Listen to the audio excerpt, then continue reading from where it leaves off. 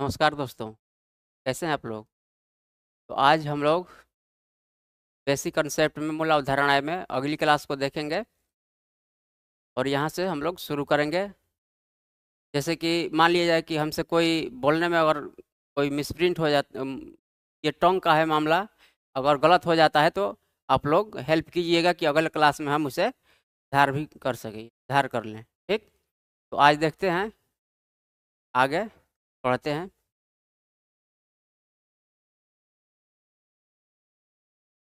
तो सबसे पहले हम आप लोगों को ये बताएंगे कि थोड़ा सा कि एक साल का महत्व क्या है। यानी कि हम लोग एक साल पीछे प्रिपरेशन करते हैं तो क्या उस पर प्रभाव पड़ेगा। ठीक, तो देखते हैं सबसे पहले।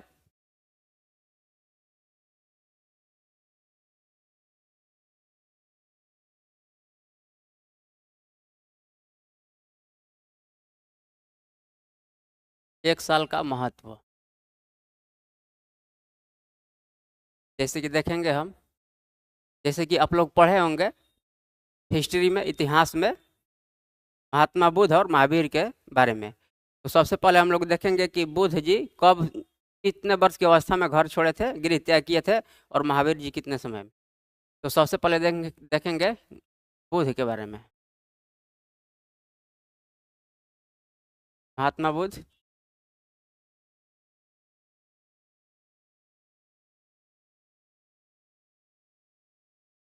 तो ये गृह त्याग कब किए थे, कितने वर्ष की अवस्था में? 29 वर्ष की अवस्था में। कितने? 29 वर्ष की अवस्था में।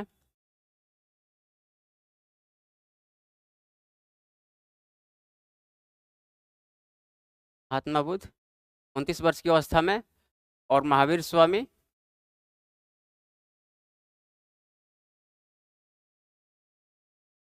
महावीर स्वामी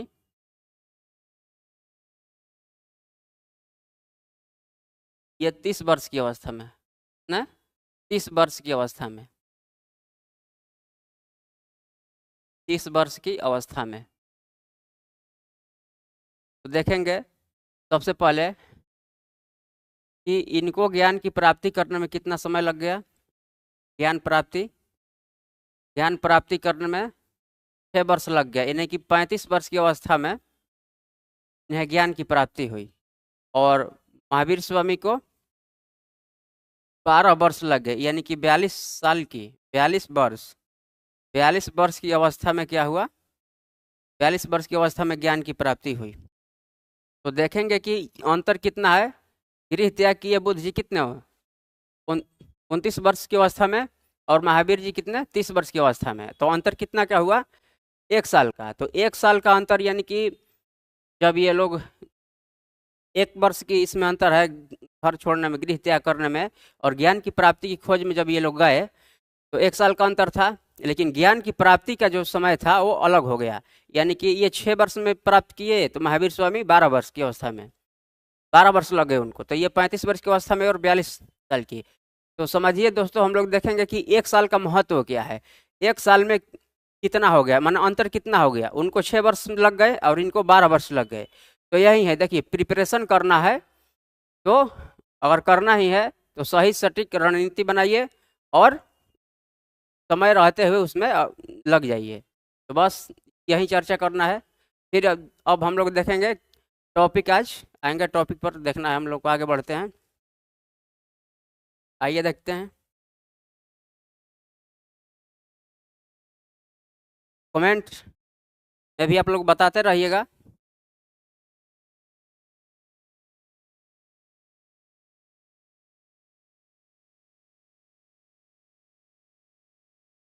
जैसे कि हम लोग देखेंगे,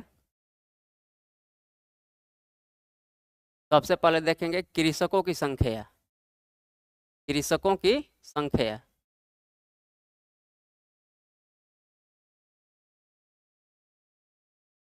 कृषकों की संख्या के बाद देखेंगे कृषि जोत, कृषि जोत। तो सबसे पहले देखेंगे कि भारत में जो हम बताए थे कि किसानों का वर्गीकरण कितना है, कितने प्रकार से है। सीमांत लघु किसान, मध्यम किसान और बड़े आकार के किसान, हेक्टेयर के आधार पर जो हम लोग देखे थे। तो उसके आगे देखते हैं भारत में कृषकों की संख्या 86%, लगभग 86% कौन है? सीमांत और लघु किसान। सीमांत और लघु किसान, सीमांत और लघु किसान, सीमांत और लघु किसान कितने हैं? 86%। ठीक,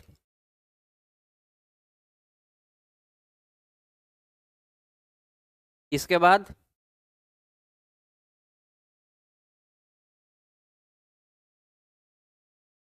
13.4% कौन है? मध्यम किसान। कौन? मध्यम किसान।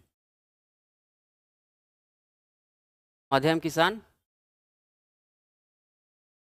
मध्यम किसान है। इसके बाद 0.6% कौन है? बड़े किसान है। 0.6% कौन है? बड़े किसान है। कौन? बड़े किसान।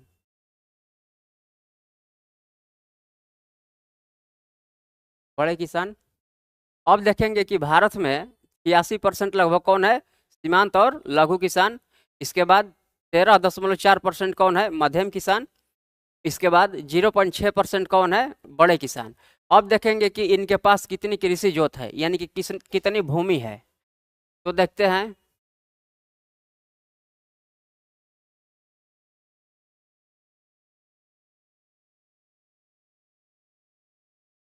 लगभग 47%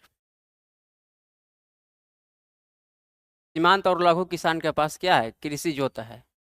सीमांत और लघु किसान,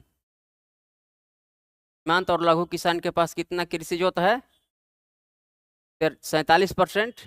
ठीक, इसके बाद देखेंगे 44%।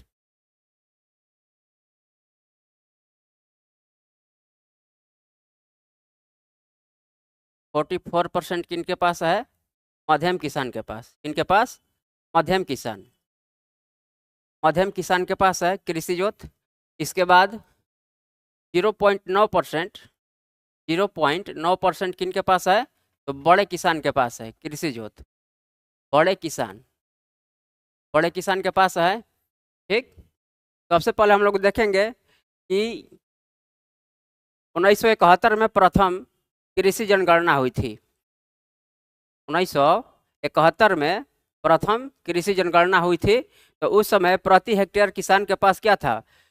2.28 हेक्टेयर भूमि थी। और 2015 में घटकर कितने हो गई? तो 2015 में घट करके 1.08%, 1.08 हो गया हेक्टेयर।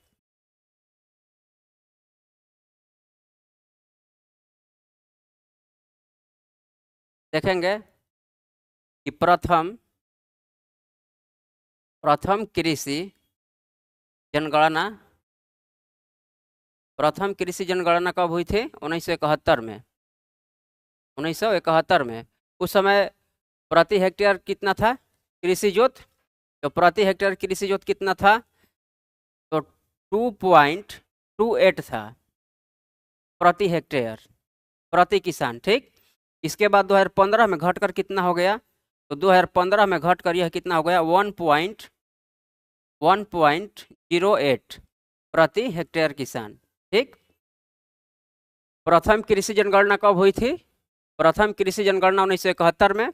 और 2015 में जब गणना तो 1971 में हुआ था, तो प्रति हेक्टेयर किसान के पास कितने कृषि जोत था? तो 2.28 प्रति हेक्टेयर था। ठीक, प्रति किसान। इसके बाद 2015 में कितना हो गया? घट करके 1.08 हो गया। 1.08 हो गया। इसके बाद देखेंगे, और यही कारण था कि भारत में सबसे अधिक कौन किसान हुए? सीमांत और लघु किसान। सीमांत और लघु किसान कौन है? सीमांत किसान कौन है? जिनके पास 1 हेक्टेयर से कम भूमि हो। ठीक, हम लोग जो पिछले क्लास में पढ़े थे, आप लोग रिवीजन करते रहिएगा।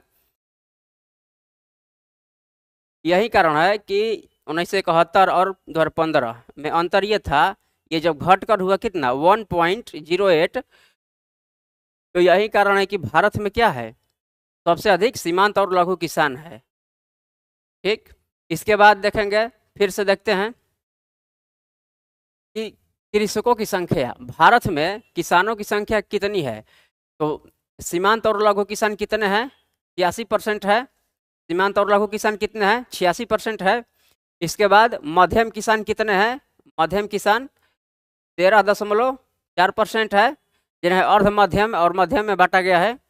इसके बाद बड़े किसान को देखेंगे तो बड़े किसान कितने हैं, 0.6% है। कितने, 0.6%। अब आते हैं कि इनके पास कृषि जोत कितना है। तो सीमांत और लघु किसान के पास कितना कृषि जोत है, 43% है। इसके बाद मध्यम किसान के पास कितना है, 44 यानी कि 44% है। और बड़े किसान के पास कितना है, तो 0.9% है, 0.9%। तो ये देखेंगे। और सबसे पहले प्रथम कृषि जनगणना कब हुई थी, तो प्रथम कृषि जनगणना 1971 में जो हुई थी, तो उस समय कितना था, 2.28 प्रति हेक्टेयर था, किसान के प्रति, किसान के प्रति किसान हेक्टेयर था भूमि। इसके बाद 2015 में 1.08 हो गया। यही कारण है कि भारत में सबसे अधिक कौन किसान हुए, सीमांत और लघु किसान, कितने, 86%। ठीक, आप लोग समझ गए। अब आगे देखते हैं।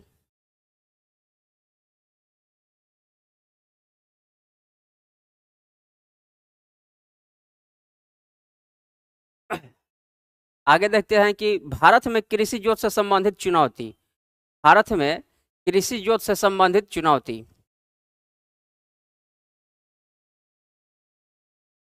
भारत में कृषि जोत, भारत में कृषि जोत से संबंधित चुनौती, संबंधित चुनौती। भारत में कृषि जोत से संबंधित चुनौती, तो देखेंगे कि दो महत्वपूर्ण चुनौती है। कितने, दो महत्वपूर्ण चुनौती है, दो महत्वपूर्ण चुनौती है। कमेंट में आप लोग बताइएगा कि कैसा क्लास लग रहा है, क्या सुधार करना है। ठीक, कैसे किस तरह एग्जाम्पल देकर और बताना है कि सटीक आप लोगों को समझ में आए। तो कृषि जोत से संबंधित चुनौती में जोतों का एक उप विभाजन फर्स्ट हो जाएगा।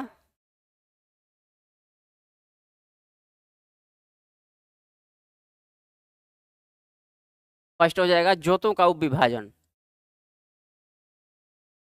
जोतों का उप विभाजन, जोतों का उप विभाजन, यानी sub division of land, sub division of land, sub division, sub division of land. ये क्या होता है, इसका अर्थ क्या होता है, तो इसका जोतों का उप विभाजन का अर्थ होता है कि बड़े कृषि जोत का छोटे कृषि जोत में क्या बटना या परिवर्तित होना।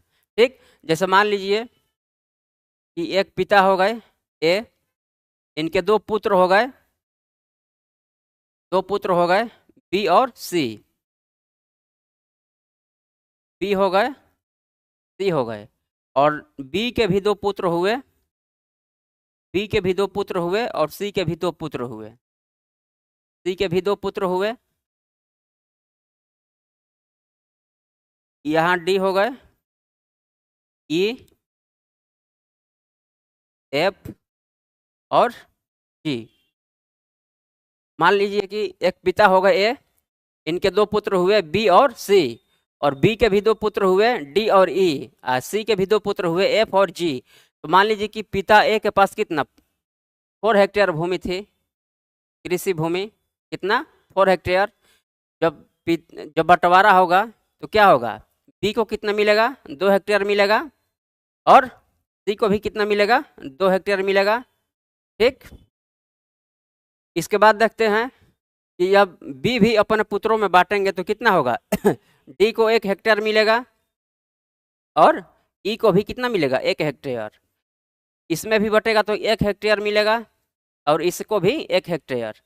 यानी कि देख लीजिए ये जोतों का उपविभाजन यानी कि सब डिवीजन ऑफ लैंड में क्या हो रहा है कि एक बड़े कृषि भूमि है कितना 4 हेक्टेयर, तो ये बट कर अंततः कितना कितना हो गया, 1 हेक्टेयर में तब्दील हो गई कि नहीं हो गई।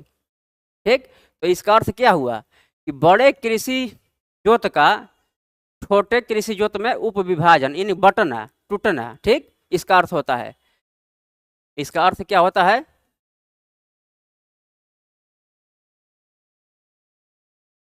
इसका अर्थ है, इसका अर्थ है बड़े कृषि जोत का, बड़े कृषि जोत का, बड़े कृषि जोत का छोटे छोटे कृषि जोत में, कृषि जोत में बटना बटना। ठीक, आप लोग समझ पा रहे हैं। अब आगे देखते हैं 2 नंबर में, इसमें हो जाएगा fragmentation of land, fragmentation of land, जोतों का अपखंडन।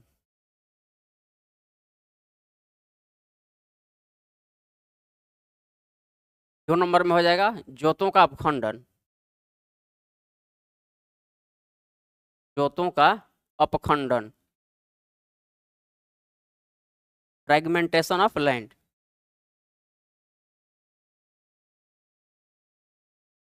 Fragmentation of land, fragmentation of land, इसका अर्थ क्या होता है, तो इसका अर्थ होता है कि बिखरे हुए कृषि जोत, बिखरे हुए कृषि जोत। इसका अर्थ क्या हो जाएगा,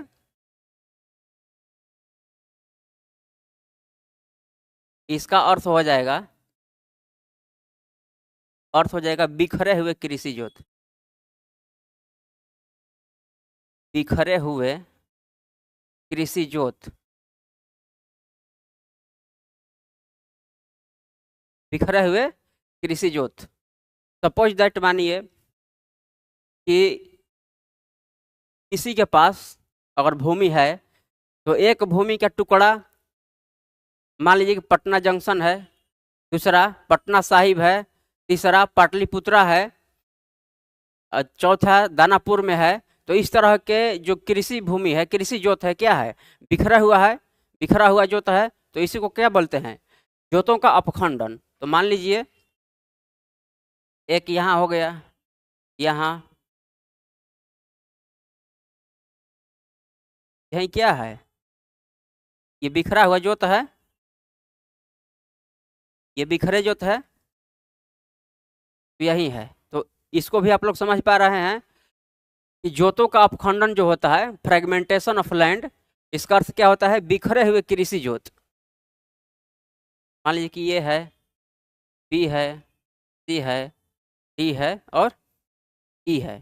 ठीक, तो ये जो भारत में कृषि जोत से संबंधित जो चुनौती है, तो आगे इसको हम आप लोगों को पढ़ाएंगे भूमि सुधार में कि इनके चुनौतियों को दूर करने के लिए सरकार द्वारा क्या प्रयास किए गए थे, जैसे कि हदबंदी कानून, चकबंदी कानून, काश्तकारी और विनोबा भावे द्वारा जो भूदान आंदोलन चलाए गए थे पोचमपल्ली में।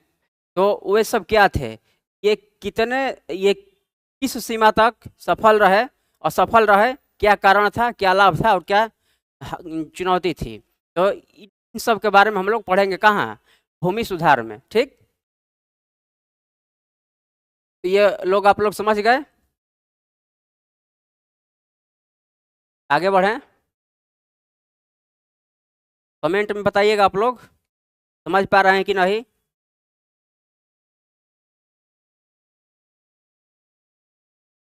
अब देखेंगे, आगे बढ़ते हैं। अब कृषि जोत से जो ये चुनौती है से संबंधित जो इसका कारण क्या है और इसका प्रभाव क्या है। कृषि जोत के विभाजन और अपखंडन का, कृषि जोत के उपविभाजन, उपविभाजन और अपखंडन, अपखंडन के कारण और प्रभाव, कारण और प्रभाव को देखेंगे कि क्या है। तो सबसे पहले हम लोग देखते हैं कारण को। सबसे पहले हम लोग देखेंगे किसको, कारण को, कि कारण क्या है। कृषि जोत के उपविभाजन और अपखंडन के कारण क्या है, सबसे पहले देखेंगे कि इसके कारण क्या है। तो सबसे पहले बढ़ती जनसंख्या, क्या, बढ़ती जनसंख्या, बढ़ती जनसंख्या।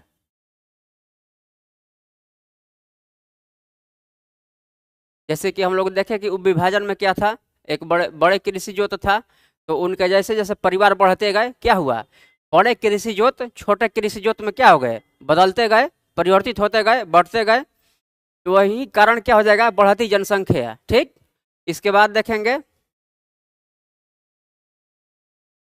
इसके बाद देखेंगे कि उत्तराधिकार का नियम, उत्तराधिकार का नियम, उत्तराधिकार का नियम, उत्तराधिकार का नियम, कृषकों का ऋणग्रस्तता, कृषकों का ऋणग्रस्तता,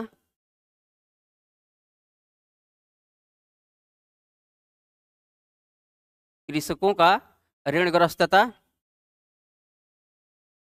कृषकों का ऋणग्रस्तता और संयुक्त परिवार का टूटना, संयुक्त परिवार का टूटना, संयुक्त परिवार का टूटना, संयुक्त परिवार का टूटना। ठीक, तो ये महत्वपूर्ण महत्वपूर्ण कारण है किसके, कृषि जोत के उपविभाजन और अपखंडन के कारण हो गए। पहला बढ़ती जनसंख्या, दूसरा उत्तराधिकार का नियम, तीसरा किसानों की ऋणग्रस्तता और चौथा, चौथा क्या हो गया, संयुक्त परिवार का टूटना।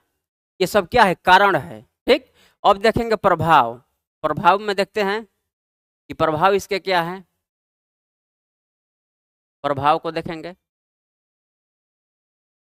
तो प्रभाव में देखेंगे सबसे पहले हम लोग,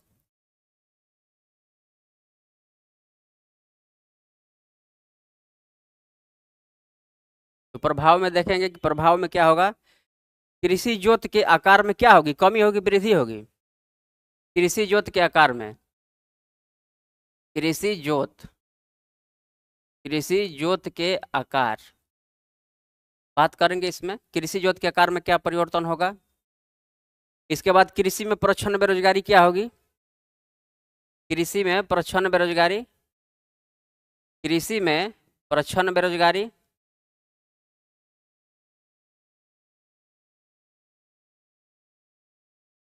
कृषि में प्रच्छन्न बेरोजगारी पर क्या प्रभाव पड़ेगा। इसके बाद कृषि उत्पादकता में क्या होगी, कृषि उत्पादकता में, कृषि उत्पादकता पर क्या प्रभाव पड़ेगा। ठीक, इसके बाद देखेंगे किसानों की आय, किसानों की आय, किसानों की आय। इसके बाद ग्रामीण गरीबी, ग्रामीण गरीबी पर क्या प्रभाव पड़ेगा, ग्रामीण गरीबी। इसके बाद देखेंगे कृषि जोत के आकार में क्या प्रभाव, कृषि में प्रच्छन्न बेरोजगारी, कृषि उत्पादकता में क्या होगा, और किसानों की आय, ग्रामीण गरीबी। इसके बाद असमानता, असमानता पर क्या प्रभाव पड़ेगा। इसके बाद देखेंगे कि न्याय, सामाजिक न्याय पर क्या प्रभाव पड़ेगा? सामाजिक न्याय, सामाजिक न्याय। तो सबसे पहले देखेंगे कि जब कृषि जोत के उपविभाजन और अपखंडन होंगे, यानी कि सब डिवीजन ऑफ लैंड और फ्रैगमेंटेशन ऑफ लैंड होगा, कि घटना जब होगी तो क्या होगा? इसके कारण में होगा कि बढ़ती जनसंख्या इसके लिए जिम्मेवार है, उत्तराधिकार का नियम, कृषकों की ऋणग्रस्तता और संयुक्त परिवार का टूटना, ये क्या हो गए? कारण हो गए। अब प्रभाव को देखते हैं, तो प्रभाव में क्या होगा? कृषि जोत के आकार में क्या होगी? कृषि जोत के आकार में कमी होगी कि वृद्धि होगी? कमी होगी। तो कृषि जोत के आकार में कमी होगी। जब कृषि जोत के आकार में कमी होगी, कृषि जोत के आकार में कमी होगी, तो कृषि में प्रच्छन्न बेरोजगारी क्या होगी? बढ़ेगी कि घटेगी? बढ़ेगी। प्रच्छन्न बेरोजगारी क्या होगी? बढ़ेगी। तो कृषि उत्पादकता क्या होगा? कम होगा कि ज्यादा होगा? कृषि उत्पादकता में क्या होगी? कमी होगी, क्योंकि कृषक क्या होंगे? हतोत्साहित होंगे कि प्रोत्साहित होंगे? हतोत्साहित होंगे। जब हतोत्साहित होंगे तो क्या होगा? कृषि उत्पादकता में कमी होगी, कमी होगी। इसके बाद किसानों की आय क्या होगी? किसानों की आय में वृद्धि की कमी, तो कमी। कृषकों की आय में क्या हो जाएगी? कमी। और जब आय कम होगा तो ग्रामीण गरीबी क्या होगी? ग्रामीण गरीबी में वृद्धि होगी कि कमी होगी? तो ग्रामीण गरीबी बढ़ जाएगी, यानी कि ग्रामीण गरीबी में क्या होगा? वृद्धि। इसके बाद असमानता क्या हो जाएगा? असमानता भी बढ़ जाएगी, यानी कि गरीब और अमीर। इसके बाद असमानता, इसके बाद सामाजिक न्याय। तो बताइए कि न्याय क्या हो पाएगा? न्याय हो पाएगा कि न्याय कम होगा कि न्याय बढ़ जाएगा? सामाजिक न्याय में क्या हो जाएगी? कमी हो जाएगी। सामाजिक न्याय में क्या होगी? कमी। सामाजिक न्याय में कमी। तो ये जो है, ये कमी को दर्शाता है। एरो जो है कमी को दर्शाता है नीचे। ये जो ऊपर वाला एरो है क्या है? वृद्धि को दर्शाता है, वृद्धि को। ठीक। तो आप लोग समझ पा रहे हैं? आप लोग समझ पा रहे हैं? कमेंट में बताइए थोड़ा।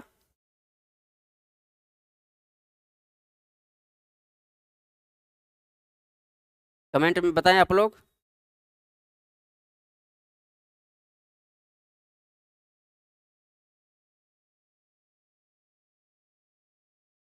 कमेंट में बताइए। इसको साथ में लिखते, समझकर और लिखते भी चलना है। तो ये आप लोग समझ गए? कमेंट नहीं आ रहा है।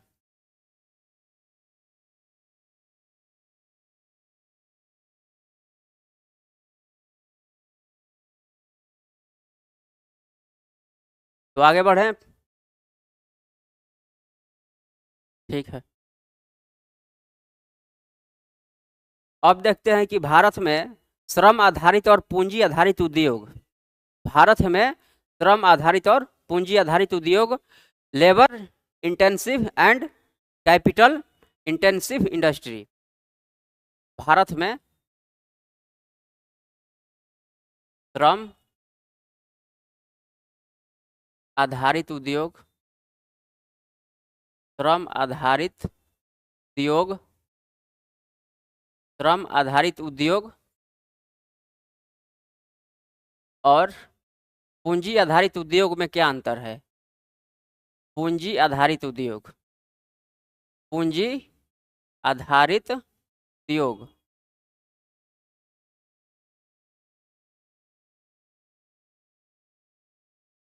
देखेंगे लेबर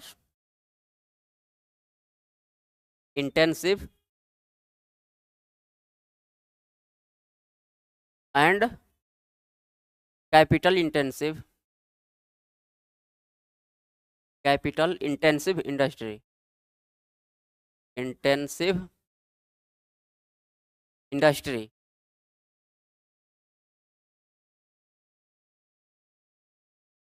ठीक।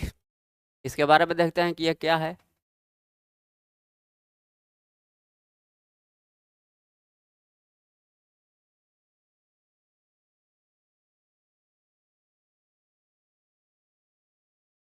सबसे पहले हम लोग देखेंगे कि श्रम आधारित उद्योग और पूंजी आधारित उद्योग क्या है। Labour intensive and capital intensive industry. ठीक। तो इसमें है कि श्रम आधारित उद्योग। तो इसमें देखने से ही पता चल रहा है कि श्रम इसमें यानी कि लेबर की अधिकता होगी, श्रम की आवश्यकता होगी। तो क्या हो जाएगा, श्रम आधारित यानी कि श्रमिकों की संख्या अधिकता होगी, श्रमिकों की अधिकता, श्रमिकों की अधिकता होगी। तो हम लोग आगे देखेंगे कि किस तरह के श्रमिक, कुशल श्रमिक या कि अकुशल श्रमिक। भारत में एक नीति आयोग की जो रिपोर्ट आई थी, तो भारत में कुशल श्रमिक की संख्या कितनी है, लगभग 4.7% है, या लगभग 5% के आसपास है, ठीक। अकुशल श्रमिक कितने हैं, लगभग 95%। उसमें सब आया है, नीति आयोग की रिपोर्ट को हम लोग देखेंगे। तो श्रमिकों की संख्या अधिकता होगी, ठीक। इसमें क्या होगी, ये पूंजी आधारित होगा कि पूंजी का अभाव होगा कि पूंजी की अधिकता होगी। तो इसमें क्या होगा, पूंजी का अभाव होगा, पूंजी का अभाव होगा, पूंजी का अभाव। जब पूंजी का अभाव होगा तो क्या होगा, जो तकनीक है, पुराने तकनीक खरीदेंगे हम लोग कि उच्च तकनीक, उच्च कोटि के तकनीक खरीदेंगे। स्वाभाविक सी बात है कि जब पूंजी कम होगी तो तकनीक भी पुराने होंगे। तो पूंजी का अभाव होगा तो तकनीक क्या होंगे, तकनीक पुराने होंगे, पुराने तकनीक, पुराने तकनीक। जब पुराने तकनीक होंगे तो जो प्रोडक्शन है, उत्पादन है, क्या होगा, कम होगा। उसका जो प्रोडक्शन है सरप्लस में नहीं होगा, यानी कि अधिशेष उत्पादन नहीं हो पाएंगे, ठीक। तो तकनीक क्या हो जाएंगे, पुराने तकनीक।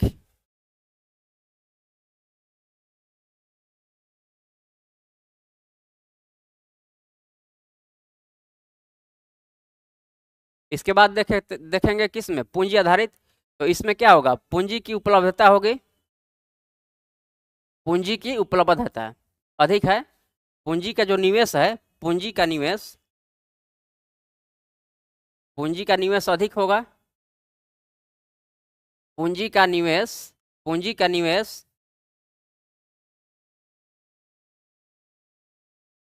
पूंजी का निवेश अधिक। जब पूंजी का निवेश अधिक होगा तो बताइए आप लोग कि इसमें श्रमिक कैसे होंगे, कुशल क्या कुशल। तो कुशल श्रमिकों की आवश्यकता पड़ेगी, किस तरह के, कुशल, कुशल श्रमिकों की आवश्यकता पड़ेगी, कुशल श्रमिकों की आवश्यकता,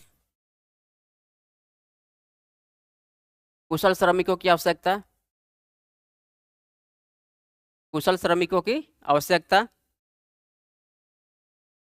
यह किस क्षेत्र से जुड़ा हुआ है, प्राथमिक क्षेत्र की, द्वितीय क्षेत्र की, तृतीय क्षेत्र। तो यह सेवा क्षेत्र से जुड़ा हुआ है, किस क्षेत्र से, सेवा क्षेत्र से जुड़ा हुआ है, सेवा क्षेत्र से जुड़ा हुआ है, सेवा क्षेत्र, सेवा क्षेत्र से जुड़ा हुआ है, ठीक। तो इसमें पूंजी अत्यधिक होगी तो तकनीक, तकनीक कैसे होंगे, उच्च कोटि के होंगे, तकनीक उच्च कोटि के, उच्च कोटि के तकनीक होंगे, खरीद पाएंगे हम लोग। जब उच्च कोटि के तकनीक होंगे तो क्या होगा, प्रोडक्शन भी अधिक होगा, यानी कि सरप्लस प्रोडक्शन होगा। जब सरप्लस प्रोडक्शन होगा तो उसे क्या करेंगे हम लोग, अपने लिए भी रखेंगे और उसको निर्यात भी कर पाएंगे, सरप्लस ट्रेड, जो कि अधिशेष व्यापार होता है, ठीक। तो आप लोग समझ पा रहे हैं, तो यह है। तो इसमें अंतर हम लोग देखेंगे कि भारत में उद्योग को दो भागों में बांटा गया है, श्रम आधारित और पूंजी आधारित उद्योग, labour intensive and capital intensive. तो सबसे पहले देखेंगे कि श्रम आधारित में क्या है। तो श्रमिकों की अधिकता होगी, पूंजी का अभाव होगा, और जब पूंजी का अभाव होगा तो क्या होगा कि तकनीक जो है पुराने होंगे, ठीक।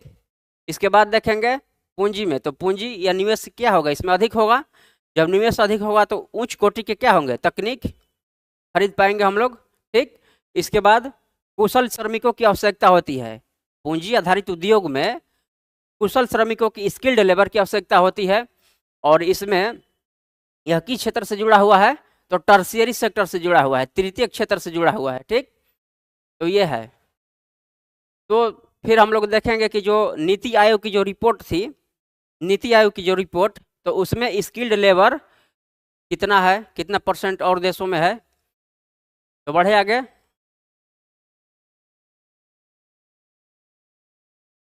समझ पा रहे हैं आप लोग? थोड़ा कमेंट में बताइए। देखते हैं आगे।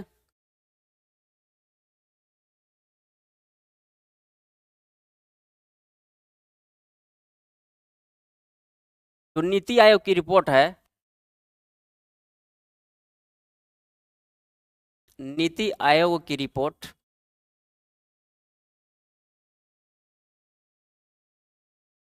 नीति आयोग की जो रिपोर्ट है, तो इसमें क्या है कि कुशल श्रमिक भारत में कुशल श्रमिक कितने हैं? 4.7%। कुशल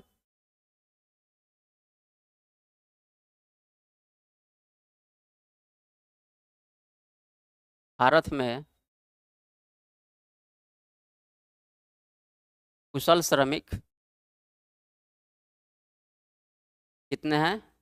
4.7%, यानी कि लगभग 5% के आसपास। सबसे अधिक कहाँ है? दक्षिण कोरिया में है। कितना? 96%, लगभग कितना? 96%। दक्षिण कोरिया में कितने हैं? दक्षिण कोरिया में है लगभग 96%। इसके बाद देखेंगे कि जापान में कितने हैं। तो जापान में है 80%। कितने? स्किल्ड लेबर कितने हैं? 80%, 80% हो गए। कहाँ? जापान में कितना हो गए? 80%। इसके बाद देखेंगे कि यूएसए में कितना है, अमेरिका में, यूएसए में कितना है? तो 55%। कितना? 55%, 95% है। इसके बाद चाइना में देखेंगे, चाइना में कितने हैं? तो चाइना में कितने हैं? 35%। कितना? 35% है, 35% है, 35%। इसके बाद भारत में तो हो ही गए, इंडिया में कितने हो गए? इंडिया में हो गए 4.7%। ये क्या है? ये नीति आयोग की रिपोर्ट है। ठीक, नीति आयोग की रिपोर्ट में ये बताया गया है कि जो स्किल्ड लेबर है, कुशल श्रमिक, किस देश में कितना है। तो सबसे अधिक किस देश में है? दक्षिण कोरिया में है। कितना? 96%। कितना? 96% है दक्षिण कोरिया में, 96%। इसके बाद जापान में कितने हैं? 80%। अमेरिका में कितने हैं? 55%। चीन में कितने हैं? 35%। और भारत में कितने हैं? 4.7% लगभग। ठीक, तो इसमें ये तो आप लोग बता पाएंगे, बता पाने की स्थिति में रहेंगे। लेकिन इसी को बढ़ते क्रम में और घटते क्रम में दे देगा सजाने के लिए, तो क्या होगा? जैसे कि मान लीजिए कि इसी को दे देगा बढ़ते क्रम में, बढ़ते क्रम में, बढ़ते क्रम में, बढ़ते क्रम में दे देगा सजाने के लिए। तो बढ़ते क्रम में यानी कि सबसे पहले छोटा लिखेंगे पहले, तो नीचे से जाएंगे ऊपर, यानी कि पहले होगा भारत, इसके बाद चीन, इसके बाद अमेरिका, इसके बाद जापान, उसके बाद क्या हो जाएगा? दक्षिण कोरिया। और यही घटते क्रम में देगा, तो घटते क्रम में होगा, घटते क्रम में, घटते क्रम में होगा तो क्या हो जाएगा? यानी कि सबसे पहले बिग को लिखेंगे, बड़ा को लिखेंगे घटते स्थिति में। तो घटते क्रम में क्या हो जाएगा? पहले दक्षिण कोरिया होगा, उसके बाद यूएसए होगा, चाइना होगा, दक्षिण कोरिया होगा, जापान होगा, इसके बाद यूएसए होगा, चाइना होगा, उसके बाद भारत होगा। ठीक, तो आप लोग समझ पा रहे हैं? बढ़ते क्रम में कहेगा और घटते क्रम में, तो ये भी बन जाएगा क्वेश्चन आराम से। ये 5 है, मान लीजिए कि तीन ही ऑप्शन में दिया, ये 4 दिया, तो आप लोग बना पाने की स्थिति में रहेंगे, ये मैं मान कर चलूं। तो देखते हैं, आगे बढ़ते हैं।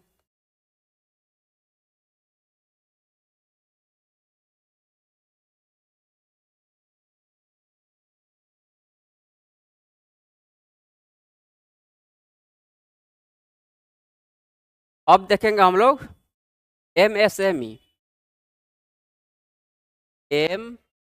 MSME, MSME क्या है? माइक्रो स्मॉल मीडियम एंटरप्राइज, सूक्ष्म लघु और मध्यम उद्योग। सूक्ष्म लघु और मध्यम उद्योग, ठीक, सूक्ष्म लघु और मध्यम उद्योग। तो इसके बारे में हम लोग देखेंगे। सबसे पहले यह किस क्षेत्र से जुड़ा हुआ है? तो ये विनिर्माण क्षेत्र से जुड़ा हुआ है। यह क्या है? श्रम आधारित होता है।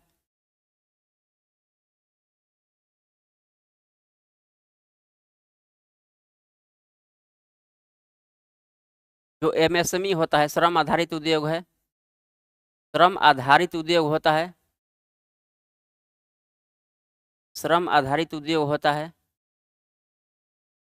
श्रम आधारित उद्योग होता है।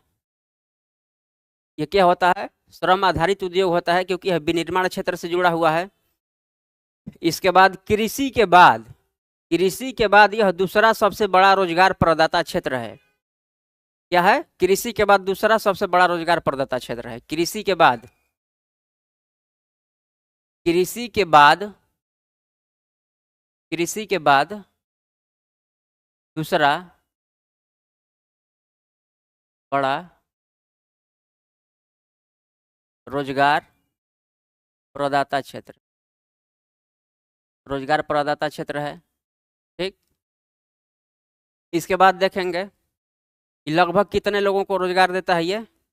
लगभग यह 11 करोड़ लोगों को क्या देता है? रोजगार देता है।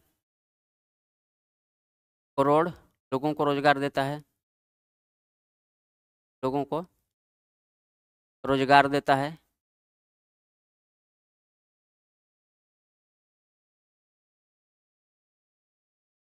श्रम आधारित उद्योग है, कृषि के बाद दूसरा सबसे बड़ा रोजगार प्रदाता क्षेत्र है। लगभग कितने लोगों को? 11 करोड़ लोगों को क्या देता है? रोजगार देता है। इसके बाद हम लोग देखेंगे कि MSME अधिनियम कब का है। तो MSME जो अधिनियम था,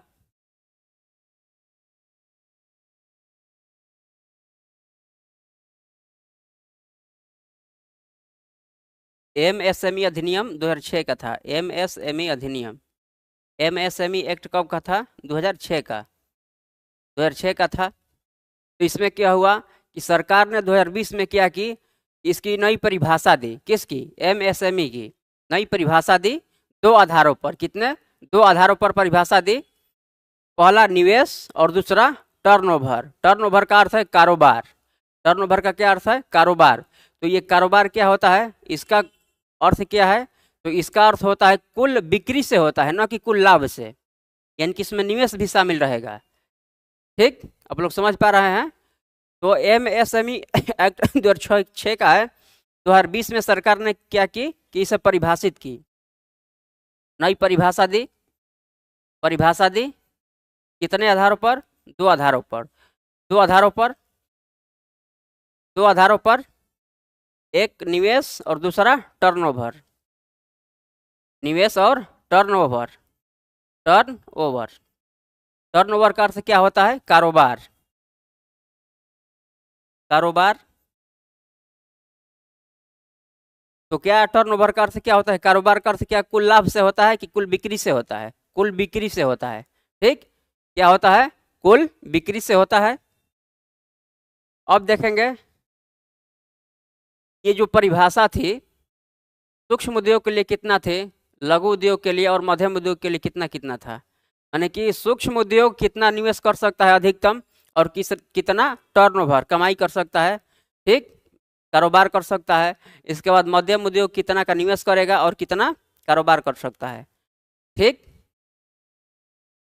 आप लोग समझ पा रहे हैं?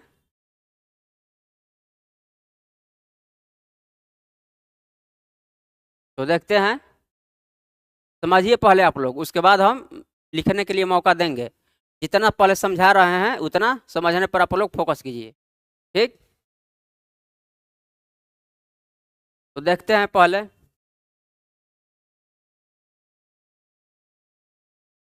देखेंगे निवेश। निवेश को देखेंगे तो निवेश किस में रहेगा? अधिकतम। अधिकतम निवेश कितना का रहेगा? अधिकतम। अधिकतम कितना? 1 करोड़ में रहेगा, करोड़ में, करोड़ रुपये में, ठीक। इसके बाद टर्नओवर। टर्नओवर यानी कि कारोबार। कारोबार ये भी अधिकतम में रहेगा। कारोबार अधिकतम कितने रुपये में, ठीक। तो सबसे पहले हम लोग देखेंगे कि सूक्ष्म उद्योग के लिए कितना रहेगा। सूक्ष्म उद्योग, सूक्ष्म, लघु और मध्यम। सूक्ष्म, लघु और मध्यम, मध्यम, सूक्ष्म, लघु और मध्यम। तो सबसे पहले हम लोग देखेंगे कि सूक्ष्म उद्योग 1 करोड़ का क्या करेगा? निवेश कर सकता है अधिकतम। अधिकतम कितने करोड़ का? 1 करोड़ का। तो इसको याद कर लीजिए, 1, 10, 50। कितना? यह रीजनिंग की तरह है। 1, 10, 50। लघु, सूक्ष्म, लघु और मध्यम कितना? 1, 10, 50। और सब में 5 से गुणा कर देंगे हम लोग तो क्या निकल जाएगा? कारोबार निकल जाएगा। कितने से? 5 से गुणा कर देंगे। तो इसमें 5 से गुणा, इसमें भी 5 से गुणा और इसमें भी 5 से गुणा कर देंगे तो क्या निकल जाएगा? टर्नओवर या कारोबार निकल जाएगा। तो 1 में 5 से गुणा करेंगे तो कितना हो जाएगा? 5 करोड़। 5 करोड़ हो जाएगा। 10 में 5 से गुणा करेंगे तो कितना होगा? 50 करोड़ होगा। इसके बाद 50 में 5 से गुणा करेंगे तो कितना हो जाएगा? 250 करोड़ हो जाएगा। कितना? 250 करोड़ हो जाएगा, ठीक। 250 करोड़ हो जाएगा। यानी कहने का अर्थ है, ये कब का है? ये 2020 का है। 2020 में जो परिभाषा दी थी सरकार ने 2 आधारों पर, निवेश और टर्नओवर के आधार पर, तो ये इतना था। यानी कि सूक्ष्म उद्योग जो था अधिकतम कितने का निवेश कर सकता था? 1 करोड़ का। कितने? 1 करोड़ का निवेश कर सकता था। लघु उद्योग कितने का? 10 करोड़ का अधिकतम कर सकता था निवेश। मध्यम उद्योग कितने का? 50 करोड़ का, ठीक। इसके बाद देखेंगे कि सूक्ष्म उद्योग कितने करोड़ का अधिकतम कारोबार कर सकता था। तो सूक्ष्म उद्योग था जो कि 5 करोड़ का कर सकता था। लघु उद्योग 50 करोड़ का कर सकता था कारोबार। और मध्यम उद्योग कितना का? 250 करोड़ का क्या कर सकता था? कारोबार कर सकता था।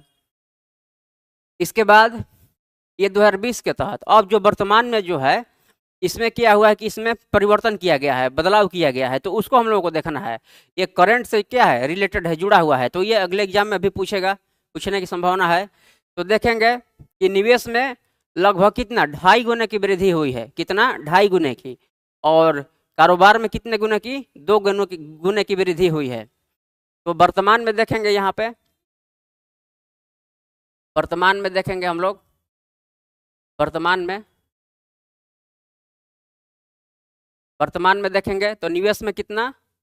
निवेश में लगभग 2.5 गुने की, 2.5 गुने की क्या है? वृद्धि हुई है। वृद्धि हुई है 2.5 गुने की। और कारोबार में कितने गुने की वृद्धि हुई है? 2 गुने की। 2 गुने की क्या हुई है? वृद्धि, ठीक। तो देखेंगे पहले निवेश में, तो इसका 2.5 गुना हम लोग करेंगे तो कितना हो जाएगा? 1 का 2.5 गुना करेंगे तो कितना हो जाएगा? 2.5 गुना हो जाएगा वर्तमान में, यानी कि 2.5 करोड़। यानी कि अब सूक्ष्म उद्योग जो पहले 1 करोड़ निवेश करता था, अब कितने का करेगा? 2.5 करोड़ का करेगा। जो लघु उद्योग पहले 10 करोड़ का निवेश करता था, अब कितने का करेगा? 10 का 2.5 गुना कितना हो जाएगा? 10 का 2.5 गुना 25 करोड़। यानी कि अब वर्तमान में कितना करेगा? 25 करोड़ का करेगा। इसके बाद इसका 50 का 2.5 गुना कितना हो जाएगा? 125 करोड़ हो जाएगा। 125 करोड़। ये क्या है? निवेश है।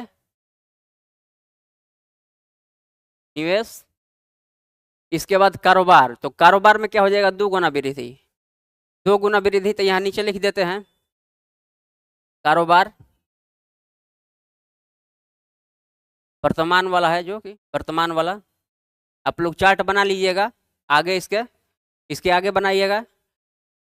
तो इसमें कितने, 2 गुने की वृद्धि। तो कारोबार में 2 गुना का वृद्धि कीजिएगा तो क्या हो जाएगा, सूक्ष्म उद्योग कितना करेगा अब, 10 करोड़ का करेगा, 10 करोड़। इसके बाद लघु उद्योग की कितना करेगा, 50 का 2 गुना कितना हो जाएगा, 100, यानी कि अब 100 करोड़ करेगा। इसके बाद मध्यम उद्योग कितने का करेगा, तो 250 का 2 गुना कितना हो जाएगा, 500 करोड़। कितना, 500 करोड़।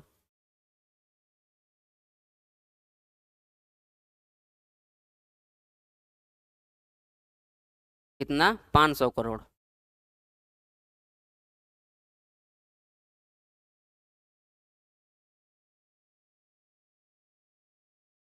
लघु वाला हो जाएगा कितना, 100 करोड़। और मध्यम का 250 का 2 गुना, 500 करोड़। ठीक, आप लोग समझ पा रहे हैं। 10 करोड़, 100 करोड़, 500 करोड़। 2020 में जो सरकार नई परिभाषा दी, 2 आधारों पर दी थी, निवेश और कारोबार के आधार पर। तो उस समय क्या था कि सूक्ष्म उद्योग जो था 1 करोड़ अधिकतम निवेश कर सकता था, और कितना कारोबार, 5 करोड़ का। इसके बाद लघु उद्योग जो था 10 करोड़ का निवेश कर सकता था अधिकतम, 50 करोड़ कारोबार कर सकता था। जो मध्यम उद्योग था 50 करोड़ का अधिकतम निवेश कर सकता था, और 250 करोड़ क्या, कारोबार। इसके बाद वर्तमान में क्या हुआ है कि निवेश में 2.5 गुना की वृद्धि की गई है, निवेश में 2.5 गुना की वृद्धि की गई है। तो जो अब सूक्ष्म उद्योग करता था 1 करोड़ का, अब 2.5 गुना से हो जाएगा, तो कितना हो जाएगा, माने कि 2.5 करोड़ का क्या करेगा, कारोबार करेगा। इसके बाद निवेश करेगा 2.5 करोड़ का। इसके बाद लघु जो उद्योग है कितने का करेगा, 25 करोड़ का कारोबार कर सकता है, जो कि पहले 10 का करता था। मध्यम जो है 125 करोड़ का। अब देखेंगे कि कारोबार में, तो कारोबार में 2 गुने की वृद्धि हुई है। जो पहले सूक्ष्म उद्योग कितना, कारोबार 5 करोड़ का करता था, अब कितना करेगा, 10 करोड़ का करेगा। लघु उद्योग जो 50 करोड़ का करता था, अब कितना करेगा, 100 करोड़ का। इसके बाद जो मध्यम उद्योग था 250 करोड़ का, जो कि कारोबार कर सकता था, अब वर्तमान में कितना कर लेगा, 500 करोड़ का कारोबार कर सकता है। ठीक, तो यही है, करंट में है। तो इससे जो भी रिलेटेड है, फैक्ट है, उसको ध्यान में रखना है, क्योंकि करंट का मुद्दा है, चर्चा में है, तो एग्जाम में भी पूछा है और आएगा भी आगे भी। ठीक,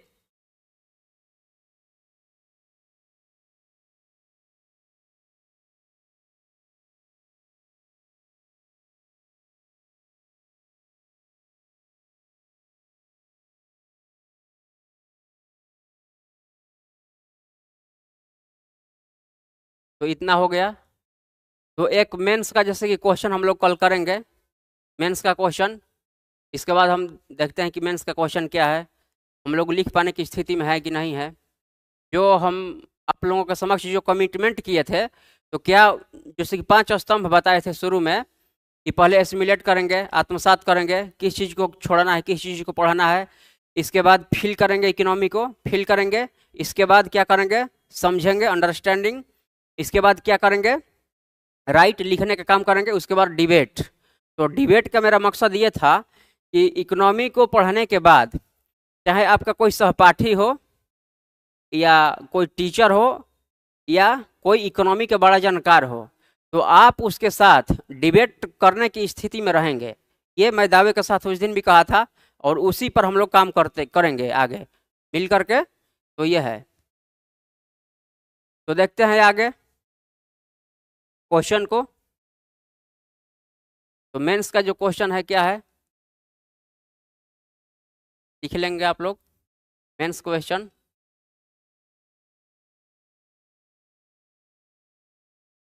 मेंस क्वेश्चन को देखेंगे। भारत में वर्तमान में, लिख लेंगे, भारत में वर्तमान में भारत में वर्तमान में भारत में वर्तमान में रोजगार वृद्धि के लिए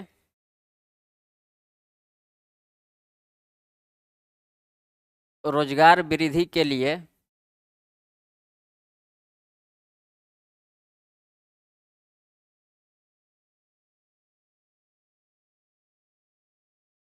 इस क्षेत्र पर केंद्रित होने की आवश्यकता है। इस क्षेत्र पर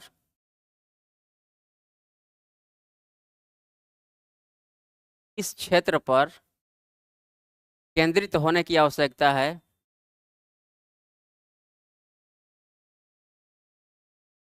केंद्रित होने की आवश्यकता है।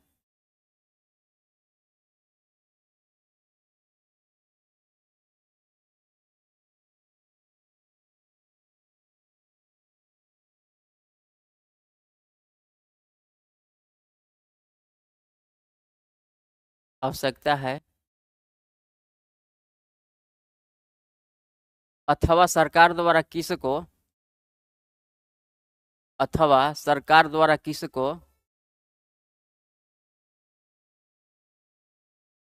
सरकार द्वारा किसको यानी कि किस क्षेत्र को, इसको लिख लेंगे ब्रैकेट में, किस क्षेत्र को किसको किस क्षेत्र को क्या किया जा रहा है, किसको केंद्रित किया जा रहा है, किसको केंद्रित किया जा रहा है, किया जा रहा है, परीक्षण कीजिए, परीक्षण कीजिए। इसको लिखेंगे 250 शब्द में। कितने? 250 शब्द में लिखेंगे। 10 अंक के रहेंगे। ठीक, तो ये मेंस का क्वेश्चन है। क्या है? भारत में वर्तमान में रोजगार वृद्धि के लिए इस क्षेत्र पर केंद्रित होने की आवश्यकता है अथवा सरकार द्वारा किसको यानी कि किस क्षेत्र को केंद्रित किया जा रहा है, परीक्षण कीजिए। कितना? 250 अंक में लिखना है, 10 अंक का है। तो सबसे पहले हम लोग देखेंगे क्या कि सेवा क्षेत्र में, टर्शियरी सेक्टर में क्या रोजगार सृजित किए जा सकते हैं, कि प्राथमिक क्षेत्र में किए जा सकते हैं या द्वितीय क्षेत्र में किए जा सकते हैं, किस क्षेत्र में उपयुक्त रोजगार तलाशा जा सकता है। तो इन सब के बारे में है जो आप लोग पीछे पढ़े हैं क्लास, और जो अभी वर्तमान पढ़े हैं, तो इतना सब मिलाकर आप लोग समझ पा रहे हैं, तो इसका उत्तर लिख ले जाएंगे। ठीक, तो ये है। तो ये मानकर चलूं कि कल आप लोग इस बारे में सोचेंगे कि किस तरह से थोड़ा समझ पाए, थोड़ा अपने सोच को विकसित करें, इस बारे में सोचें। ठीक, उसके बाद हम कल बताएंगे इसके बारे में क्या है, किस तरह से इसको करना है। ठीक, तो आज इतना ही करते हैं, फिर मिलते हैं कल। Thank you.